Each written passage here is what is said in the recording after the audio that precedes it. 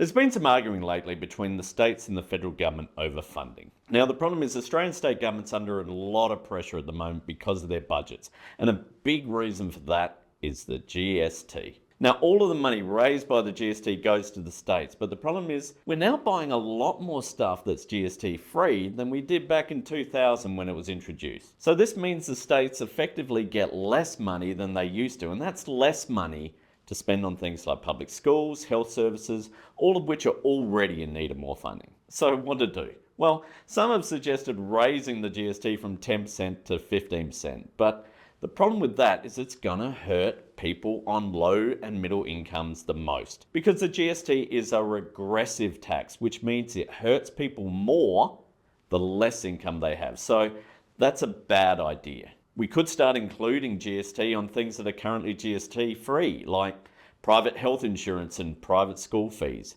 These are things that higher income households spend more money on, so it would actually be a progressive option. But we don't just need to rethink the GST. We could actually just get better at taxing the gas industry.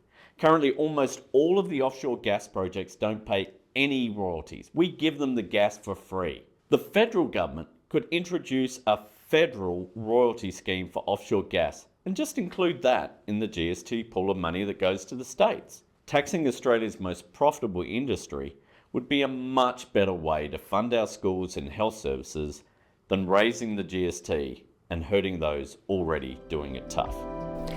Thanks for watching. If you'd like to keep up to date with all our latest research and work, sign up to our newsletter. Delivered every fortnight, it includes behind-the-scenes updates from Richard Dennis, an exclusive cartoon from Judy Horacek, details for our upcoming events and webinars, as well as explainers, graphs, and not to mention the latest cutting-edge research and analysis from the team here on the key issues that are facing Australia. Click the button on your screen to check it out.